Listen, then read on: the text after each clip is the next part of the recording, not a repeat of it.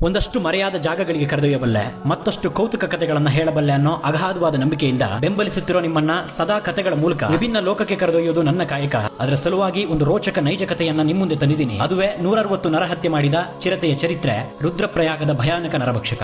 ರುದ್ರಪ್ರಯಾಗ ಸಾವಿರಾರು ಜನ ಯಾತ್ರಾರ್ಥಿಗಳು ಪುಣ್ಯಕ್ಷೇತ್ರಗಳಿಗೆ ಸಾಗಿ ಹೋಗೋ ಒಂದು ಊರು. 1915ರಿಂದ 20ರ ಹೊತ್ತಿಗೆ ಸಾಂಕ್ರಾಮಿಕ ರೋಗಗಳಿಂದ ಸತ್ತ ಅಪಾರ ಜನರ ಅಂತ್ಯಕ್ರಿಯೆಗಳನ್ನ ಮಾಡಲಾಗದೆ ಪಕ್ಕದಲ್ಲಿರೋ ಕಾಡಿನ ಕಣಿವೆಯಲ್ಲಿ ಎಸೆದು ಬರಲಾಗ್ತಿರತ್ತೆ.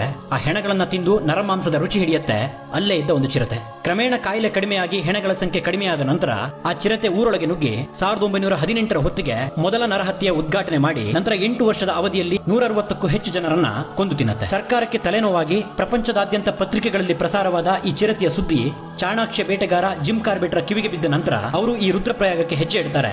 ನರಭಕ್ಷಕ ಚಿರತೆಯ ಜಾಡು ಹಿಡಿದು ಹೊರಡ್ತಾರೆ. ಮೊದಲ ಪ್ರಯತ್ನವಾಗಿ ಮೇಕೆಯನ್ನ ಕಟ್ಟಿ ಚಿರತೆಯನ್ನ ಬೇಟೆಯಾಡೋ ಸಂಚು ನಡೆಯುತ್ತೆ.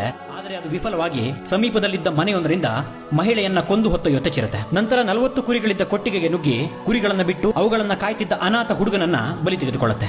50 ಜನ ಯಾತ್ರಿಕರು ಮಲಗಿದ್ದ ಒಂದು ಉಗ್ರಾಣದಿಂದ ಮಹಿಳೆಯನ್ನ ಸಣ್ಣ ಸುಳಿವು ನೀಡದೆ ಬೇಟೆಯಾಡುತ್ತೆ. ಅದೆಷ್ಟೋ ದಾರಿ ಹೋಕರನ್ನ, ಯಾತ್ರಾರ್ಥಿಗಳನ್ನ, ವೃದ್ಧರನ್ನ, ಮಕ್ಕಳನ್ನ ಸಿಕ್ಕಲ್ಲಿ ಕೊಂದು ತಿಂದು ಅಕ್ಷರಶಃ ಆ ಊರಿಗೆ ರಾಕ್ಷಸನಾಗಿ ಹೋಗುತ್ತೆ. ಒಮ್ಮೆ ಅರ್ಧ ತಿಂದ ಮಹಿಳೆಯ ಶವದ ಬಳಿ ಹೊಂಚು ಹಾಕಿ ಕೂರ್ತಾರೆ ಕಾರ್ಬೆಟ್. ನಿರೀಕ್ಷೆಯಂತೆ ಅಲ್ಲಿಗೆ ಚಿರತೆಯು ಧಾವಿಸುತ್ತೆ. ಆದರೆ ಕಾರ್ಬೆಟ್ರ ಕೋವಿಯಿಂದ ಹಾರಿದ ಗುಂಡು ಗುರಿ ತಪ್ಪಿ ಚಿರತೆ ಬಚಾವಾಗುತ್ತೆ. ಹೀಗೆ ಹಲವಾರು ಬಾರಿ ಅದೃಷ್ಟ ಚಿರತೆಯ ಕಡೆಗೆ ಇರುತ್ತೆ. ಚಿರತೆಯ